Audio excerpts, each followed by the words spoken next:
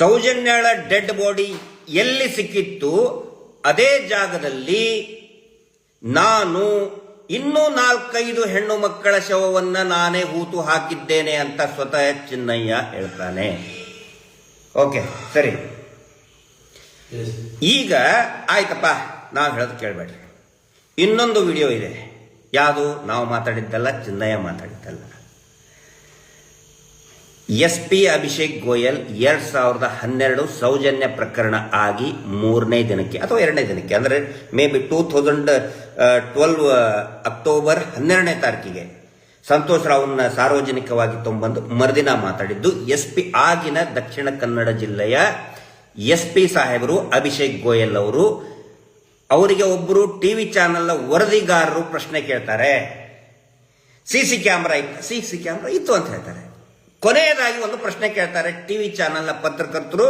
ಆದ್ರೆ ಆ ವಿಡಿಯೋನ ಡಿಲೀಟ್ ಮಾಡಿಸ್ತಾರೆ. ಯಾವ ಚಾನೆಲ್ನಲ್ಲೂ ಬಂದಿಲ್ಲ, ರಾ ವಿಡಿಯೋ ಫುಟೇಜ್ ನಮ್ಮ ಹತ್ರ ಇದೆ. ಅದರಲ್ಲಿ ಅವ್ರಿಗೆ ಏನ್ ಕೇಳ್ತಾರೆ ಪತ್ರಕರ್ತರು SP ಸಾಹೇಬರಿಗೆ, ಸರ್ ಇದು ಶಾಂತಿವನದ ಎದುರುಗಡೆ, ಅಂದ್ರೆ ಇದೇ ಮಣ್ಣ ಸಂಕ, ಶಾಂತಿವನದ ಎದುರುಗಡೆ ಪದೇ ಪದೇ ಹೆಣ್ಮಕ್ಳ ಡೆಡ್ ಬಾಡಿ ಸಿಗ್ತಾ ಬೀಳ್ತಾ ಇರ್ತದಲ್ಲ, ಯಾಕೆ ಕೇಳಿದಾಗ SP ಸಾಹೇಬರು ಹಿಂಗೆ ಮಾಡಿಕೊಂಡು ನಿರುತ್ತರವಾಗ್ತಾರೆ. ವಿಡಿಯೋ ಕಟ್ ಆಗುತ್ತೆ. ಹಾಗಿದ್ರೆ ಈ ಚಿನ್ನಯ್ಯನಿಗೂ ಸೌಜನ್ಯ ಡೆಡ್ ಬಾಡಿ ಡಿಸ್ಪೋಸ್ ಮಾಡೋದಕ್ಕೂ ಸಂಬಂಧ ಇದೆಯಾ? SIT ಉತ್ತರ ಕೊಡಬೇಕು, ಕೊಡಲೇಬೇಕು. ವಿಜೇಂದ್ರ ಅವರೇ, ತಮ್ಮ ಗಮನಕ್ಕೆ ಆ ವಿಡಿಯೋಗಳನ್ನು, SP ಅವ್ರು ಹೇಳಿದ ವಿಡಿಯೋಗಳನ್ನು ಬೇಕಿದ್ರೆ ತಮಗೆ ತಲುಪಿಸ್ತೇನೆ. ನೋಡ್ಕೊಳ್ಳಿ, ಅಧ್ಯಯನ ಮಾಡಿ. ಆ ನಂತರ ಮುಂದೇನು ಮಾಡಬೇಕು? ತಾವು ಒಂದು ಮಾತು ಹೇಳಿದ್ರಿ. ಏನಂತ ಹೇಳಿದ್ರೆ, ಬಹುಶಃ ನೀವು ಕನ್ಸರ್ನ್ ಹತ್ರ ಹೇಳಿದ್ರು, ಏನೋ ನನಗೂ ಹೇಳಿದ್ರು, ಭಾರಿ ಒಳ್ಳೇದು. ಏನಂತ ಹೇಳಿದ್ರೆ, ಈ ಸುಪ್ರೀಂ ಕೋರ್ಟಿಗೆ ಹೋದ್ರೆ ಅಡ್ವೊಕೇಟ್ ನಾವು ಕೊಡ್ತೀವಿ, ಅದರ ದುಡ್ಡನ್ನು ಭರಿಸಲಾಗುವುದು ಅಂತ.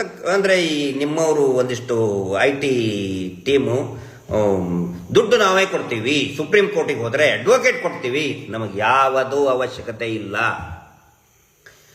ಸೌಜನ್ಯ ಹೋರಾಟಕ್ಕೆ, ಕಾನೂನಿನ ಹೋರಾಟಕ್ಕೆ ದಯವಿಟ್ಟು 1 ರೂಪಾಯಿಯನ್ನ ದೇಣಿಗೆಯನ್ನ ಹಾಕಿ ಅಂತ ಹೇಳಿದ್ರೆ 1 ಕೋಟಿಗೂ ಕೂಡ ಅಧಿಕ ದುಡ್ಡು ಕಲೆಕ್ಟ್ ಆಗುತ್ತೆ ಒಂದಿನದಲ್ಲಿ.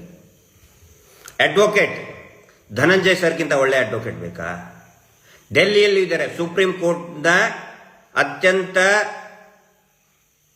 ಚಾಣಾಕ್ಷ ಇರುವಂತಹ, ಪ್ರಾಮಾಣಿಕತೆ, ಸಮಾಜದ ಬಗ್ಗೆ ಕಳಕಳಿ ಇರುವಂತಹ ನ್ಯಾಯವಾದಿಗಳು ಶ್ರೀಯುತ KV ಧನಂಜಯ್. ಬಹುಶಃ ವಿಜೇಂದ್ರ ಅವರೇ, ನನಗಿಂತ ಜಾಸ್ತಿ KV ಧನಂಜಯ್ ಅವರವ್ರ ಬಗ್ಗೆ ತಮಗೆ ಗೊತ್ತಿದೆ ಅಂದ್ಕೊಂಡಿದ್ದೀನಿ.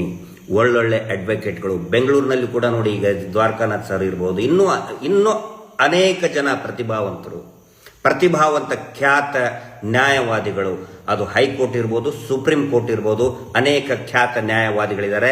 ದುಡ್ಡು ಅಡ್ವೊಕೇಟ್ ಬೇಡ. ಮತ್ತೆ ಏನ್ ಮಾಡಬೇಕು ಅಂತ ಹೇಳಿದ್ರೆ, ನೀವು ಸುಪ್ರೀಂ ಕೋರ್ಟ್ ನಿಮ್ಮ ಕೈಯಲ್ಲಿಲ್ಲ, ಇಲ್ಲ ಅನ್ಕೊಂಡಿದ್ದೀನಿ, ಇರ್ಬೋದು, ಇದೆಯೋ ಗೊತ್ತಿಲ್ಲ. ಏನ್ ಮಾಡಬೇಕು? ತಾವು ಬಂದಿದ್ದೀರಿ, ಸ್ಪಂದಿಸಿದಿರಿ, ಅದರ ಸಲುವಾಗಿ ನಿಮಗೆ ಆಸಕ್ತಿ ಇದ್ರೆ ವಿಜೇಂದ್ರ ಅವರೇ, ಏನ್ ಮಾಡಬಹುದು, ಏನಾಗಿದೆ ಈಗ ನಿಮ್ಮ ಗಮನಕ್ಕೆ ತರ್ತಾ ಇದ್ದೀನಿ 2 ದಾಖಲೆಗಳನ್ನ. 2017ರಲ್ಲಿ ಸ್ವತಃ CBI ವರದಿ ಕೊಟ್ಟಿದೆ. ಏನು ಅಂತ ಹೇಳಿದ್ರೆ, ಸರ್ಕಾರದ ಉಪ ಕಾರ್ಯದರ್ಶಿ ಒಂದು ಇದನ್ನು ಬರೀತಾರೆ, CBIನೇ ಹೇಳಿದೆ. ಸಂಖ್ಯೆ ಕಡತದ ಸಂಖ್ಯೆ ಹೇಳ್ತೀನಿ, ದಯವಿಟ್ಟು ಬರೆದಿಟ್ಕೊಳ್ಳಿ. HD 06 CID 2013 ದಿನಾಂಕ 21/2/2017 ಅಧಿಕೃತ ಜ್ಞಾಪನದಲ್ಲಿ ತಿಳಿಸಲಾಗಿರುತ್ತದೆ. CIDದವರು ರೆಫರ್ ಮಾಡ್ತಾರೆ, ಅಂದ್ರೆ CID DGP ಅವಾಗ ಸಲೀಂ ಸಾಹೇಬ್ರು ಇರ್ತಾರೆ, ಅವರು ರೆಫರ್ ಮಾಡ್ತಾರೆ. ಏನು ಅಂತ ಹೇಳಿದ್ರೆ, ಸದರಿ ಪತ್ರದಲ್ಲಿ ಬೆಳ್ತಂಗಡಿ ತಾಲೂಕು ಉಜಿರೆ ಗ್ರಾಮದ ಕುಮಾರಿ ಸೌಜನ್ಯ ಕೊಲೆ ಪ್ರಕರಣಕ್ಕೆ ಸಂಬಂಧಿಸಿದಂತೆ CBI ಸಂಸ್ಥೆಯಿಂದ ಸ್ವೀಕೃತಗೊಂಡಂತಹ ಪತ್ರದಲ್ಲಿ ಪ್ರಸ್ತಾಪಿಸಿರುವಂತೆ ಡಾಕ್ಟರ್ ಆದಂ ಉಸ್ಮಾನ್ ಮತ್ತು ಡಾಕ್ಟರ್ N ರಶ್ಮಿ ಇವರುಗಳ ವಿರುದ್ಧ ಕಠಿಣ ದಂಡನೆ ವಿಧಿಸಲು ಪ್ರಸ್ತಾಪಿಸಿದ್ದು. ಪೂರ್ತಿ ಇದೆ, ಸಂಪೂರ್ಣ ದಾಖಲೆ ಇದೆ ನಮ್ಮ ಹತ್ರ. ಏನೇನು ಪ್ರಸ್ತಾಪ ಮಾಡಿದ್ದಾರೆ, ಏನೇನು ಅಂತ ಇದೆ, ಪೂರ್ತಿ ಓದಿದ್ರೆ ಟೈಮ್ ಆಗುತ್ತೆ. ನಾವು ಕೊಡ್ತೀವಿ ನಿಮಗೆ, ಅಕಸ್ಮಾತ್ ನಿಮಗೆ ದಾಖಲೆಗಳ ಕೊರತೆ ಇದ್ರೆ ನಿಮ್ಗೆ ಕೊಡ್ತೀವಿ. 2017ರಲ್ಲಿನೇ CBI ಹೇಳಿದೆ, ಈ ಏನಿಬ್ರು ಡಾಕ್ಟರ್ ಇದಾರಲ್ಲ ಅವರು ಪೋಸ್ಟ್ ಮಾರ್ಟಮ್ ಮಾಡಿದಂಥ ವೈದ್ಯರು. ಪೋಸ್ಟ್ ಮಾರ್ಟಮೇ ಸರಿ ಇಲ್ಲ ಅಂತ ಸ್ವತಃ ಸಿಬಿಐ ಹೇಳಿದೆ. ಆ ವರದಿ ಮೇಲೆ ಈ ಹುಚ್ಚಪ್ಪ ಯಾರು ರಿಟೈರ್ಡ್ DSP, CID DSP ಆಗಿ ಯಾರು ರುದ್ರಮುನಿ ಅವರು ಪದೇ ಪದೇ ಹೇಳ್ತಾ ಇದ್ದಾರೆ. ಅವ್ರು ಹೇಳಿದ್ದನ್ನ ಜೊಳ್ಳು ಸುಳ್ಳು ಸುವರ್ಣ ಆ ಚಾನಲ್ ಈ ಚಾನಲ್ ಅಲ್ಲಿ ಸುಳ್ಳು ಹೇಳ್ತಾ ಇದ್ದಾರೆ. ಪವಿತ್ರವಾಗಿ ಸತ್ತಿದ್ದಾಳೆ ಪೋಸ್ಟ್ ಮಾರ್ಟಮ್ ಆಧಾರದಲ್ಲಿ. ಆದರೆ ಆ ಪೋಸ್ಟ್ ಮಾರ್ಟಮ್ ಅನ್ನ ಮಾಡಿದಂತಹ ಅಧಿಕಾರಿಗಳೇ ತಪ್ಪೆಸಗಿದ್ದಾರೆ ಅಂತ ಸ್ವತಃ CBI ಹೇಳಿದೆ. ದಯವಿಟ್ಟು ಇದನ್ನ ನೀವು ಅಧ್ಯಯನ ಮಾಡಿ. ಗೊಳ್ಳು ಸುಳ್ಳು ಜೊಳ್ಳು ತಂದು ಹೇಳ್ತಾರಲ್ಲ, ನಿಮಗಿಷ್ಟೇ ಅಲ್ಲ, ಎಲ್ಲಾರ ಮನೆಗೆ ಹೋಗ್ತಾರೆ ಅವರು. ಒಂದಿಷ್ಟು ಜನ ಪಂಚೆ ಬಿಳಿ ಇದನ್ನ ಹಾಕೊಂಡು ಹೋಗ್ತಾರೆ. ಪೂಜ್ಯರು ದೇವರು ನಡೆದಾಡೋ ದೇವರು, ಪೂಜ್ಯರ ಮೇಲೆ ಅಪಮಾನ ಅಂತ ಬರ್ತಾರಲ್ಲ, ಆ ಜೊಳ್ಳು ಸುಳ್ಳು ನೋಡ್ಬೇಡಿ. ಅಧಿಕೃತ ದಾಖಲೆಗಳನ್ನ ನೋಡಿ ವಿಜೇಂದ್ರ ಅವರೇ. ಯಾಕಂತ ಹೇಳಿದ್ರೆ ತಾವು ಮುತ್ಸದಿಗಳಾಗಬೇಕು. ಮಾನ್ಯ ದೇವೇಗೌಡರು ನೋಡಿ, ಮಾನ್ಯ ನಮ್ಮ ಸಿದ್ದರಾಮಯ್ಯನವ್ರು ನೋಡಿ, ಮಾನ್ಯ ಯಡಿಯೂರಪ್ಪನವ್ರು ನೋಡಿ, ದಾಖಲೆಗಳನ್ನು ಅಧ್ಯಯನ ಮಾಡ್ತಾರೆ. ದಯವಿಟ್ಟು ಅಧ್ಯಯನವನ್ನು ಮಾಡಿ, ಪ್ರತಿಯೊಂದು ಬರೆದಿಟ್ಕೊಳ್ಳಿ, ಸ್ಟಡಿ ಮಾಡಿ. ನಿಮ್ಮ ಹತ್ರ ಅನೇಕ ಲಾಯರ್ಗಳಿದ್ದಾರೆ, ನಿಮ್ಮದೇ ಲೀಗಲ್ ಅಡ್ವೈಸರ್ ಇದ್ದಾರೆ, ಅವರಿಗೆ ಕಳಿಸ್ಕೊಡ್ಬೇಕಾಗಿತ್ತು ನೀವು. ಹೈಕೋರ್ಟ್ ಜಜ್ಮೆಂಟ್ ಏನು ಬಂದಿದೆ, 17th ಕೋರ್ಟ್ ಜಜ್ಮೆಂಟ್ ಏನಿದೆ, CBI ಕೋರ್ಟ್ ಜಜ್ಮೆಂಟ್ ಏನಿದೆ, ಓದಿ ನೀವು ಈ ಯಾತ್ರೆ ಮಾಡಬೇಕಾಗಿತ್ತು. ಮಾಡಲಿಲ್ಲ, ಬಹಳ ತಪ್ಪು ಮಾಡಿದ್ರಿ. ಇದು ಒಂದು ದಾಖಲೆ. ಅಂದ್ರೆ ಈಗ ನಾನು ಹೇಳ್ತಾ ಇರೋದು, CBIನೇ ಹೇಳಿದೆಯಲ್ಲ ತಪ್ಪಿತಸ್ಥ ಅಧಿಕಾರಿಗಳ ಮೇಲೆ ಕ್ರಮ ಕೈಗೊಳ್ಳಿ ಅಂತ. CBI ನಿಮ್ಮ ಕಡೆನೇ ಇದೆಯಲ್ಲ, ನಿಮ್ಮ ಹೈಕಮಾಂಡ್ ಮಾನ್ಯ ಅಮಿತ್ ಶಾಜಿ ಅವರೇ ಇದಾರಲ್ವಾ, ಅವ್ರಿಗೆ ಹೇಳ್ಬೋದಲ್ವಾ ನೀವು? ಯಾಕೆ ಸುಪ್ರೀಂ ಕೋರ್ಟಿಗೆ ಅಡ್ವೊಕೇಟ್ ದುಡ್ಡು ಕೊಡ್ತೀರಿ? ಬಹಳ ಸರಳ ಕೆಲಸ ಇದು. ಇನ್ನೂ ಕೂಡ ಪೆಂಡಿಂಗ್ ಇದೆ. ಆ ನಂತರ 2017ರಲ್ಲಿ ಆದರೆ 2018ರಿಂದ 5 ವರ್ಷ ಅಧಿಕಾರದಲ್ಲಿ ಇದ್ದಿದ್ದೇ ಭಾರತೀಯ ಜನತಾ ಪಾರ್ಟಿ. ಯಾಕೆ ಮುಚ್ಚಿಟ್ಕೊಂಡ್ರು ಸರ್ ಇದನ್ನ? ಯಾಕೆ ಮುಚ್ಚಿಟ್ಕೊಂಡ್ರು? ಸರ್ಕಾರದ ಕಡತದಿಂದ ಯಾಕೆ ಮುಚ್ಚಿಟ್ಟುಕೊಂಡ್ರು? ಯಾರ ರಕ್ಷಣೆಗೋಸ್ಕರ ಇದನ್ನ ಮುಚ್ಚಿಟ್ಕೊಂಡ್ರು? ಉತ್ತರ ಕೊಡಬೇಕು. ಈಗ ವೆರಿ ರೀಸೆಂಟ್ಲಿ ಒಂದು ಡೆವಲಪ್ಮೆಂಟ್ ಆಗಿದೆ. ಮಹೇಶ್ ಶೆಟ್ಟಿ ತಿಮರೋಡಿ ಅವರ ನೇತೃತ್ವದಲ್ಲಿ ಹೋರಾಟ ಮಾಡಬೇಕಾದ್ರೆ ಎಲ್ಲರೂ ಕೂಡ ನಾವು ಆಗ್ರಹ ಮಾಡಿದ್ದು, ಮಹೇಶ್ ಶೆಟ್ಟಿ ತಿಮರೋಡಿ ಅವರು, ನಾವು, ಪ್ರಸನ್ನ ರವಿ, ಆನಂತರ ಜಯಂತ್ ಅವರು, ತಮ್ಮಣ್ಣ ಶೆಟ್ಟರು, ಎಲ್ಲರೂ ಕೂಡ, ಎಲ್ಲ ನಮ್ಮ ಇಡೀ ಸೌಜನ್ಯ, ನಮ್ಮ ಶಶಿಕಲಾ ಶೆಟ್ಟಿ ಅವರು, ದೊಡ್ಡ ಬಳಗ ಇದೆ. ಎಲ್ಲರೂ ಕೂಡ ಆಗ್ರಹ ಮಾಡ್ತಾನೆ ಬಂದ್ವಿ. ಅಕ್ವಿಟಲ್ ಕಮಿಟಿ ಮಾಡಬೇಕು.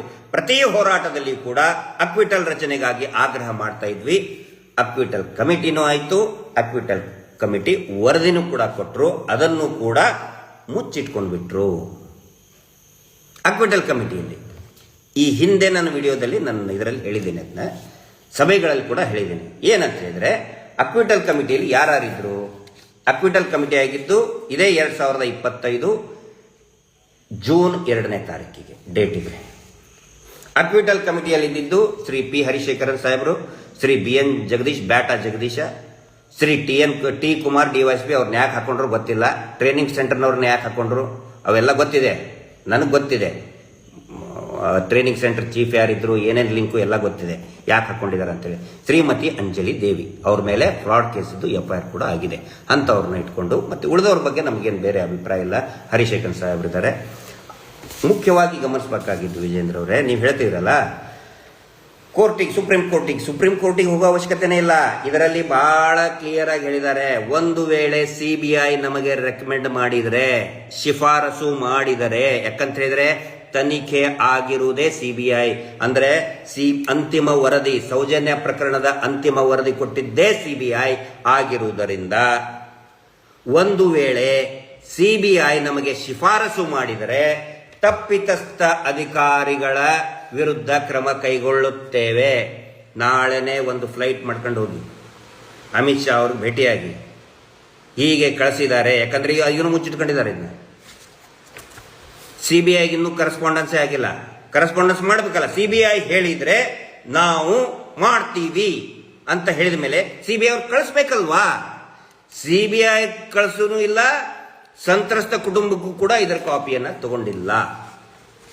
ಅಕ್ವಿಟಲ್ ಕಾಪಿಯನ್ನು MR ಬಾಲಕೃಷ್ಣ ಅವರು ತಗೊಂಡಿದ್ದೀನಿ. RTIನಲ್ಲಿ ಹಾಕಿಕೊಂಡಿತ್ತು.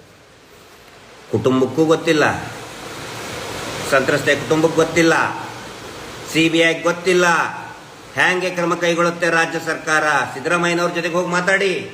ಮೊದಲು ಅಮಿತ್ ಶಾ ಅವ್ರ ಹತ್ರ ಹೋಗಿ, ಯಾಕಂದ್ರೆ ಅವರೇ ಈಸ್ ದ ಮಿನಿಸ್ಟರ್, ಅವ್ರ ಹತ್ರ ಹೋಗಿ CBIಗೆ ರಾಜ್ಯ ಸರ್ಕಾರ ಅಕ್ವಿಟಲ್ ಕಮಿಟಿ ಮಾಡಿದೆ, ದಯವಿಟ್ಟು ಶಿಫಾರಸು ಮಾಡಿಸಿ ತಪ್ಪಿತಸ್ಥ ಅಧಿಕಾರಿಗಳು ಅವಾಗ ಸಿಕ್ಕಿ ಬೀಳ್ತಾರೆ. ಒಬ್ಬೊಬ್ಬ ಅಧಿಕಾರಿಗಳು, ಯೋಗೀಶ, ಭಾಸ್ಕರ್ ರೈ, ಎಲ್ಲರೂ ಈ ಮೆಡಿಕಲ್ ಆಫೀಸರ್ಸು ಎಲ್ಲರೂ ಬಾಯಿ ಬಿಡ್ತಾರೆ. SITಗೆ ಅಟ್ಯಾಚ್ ಮಾಡಿ ಅದನ್ನ.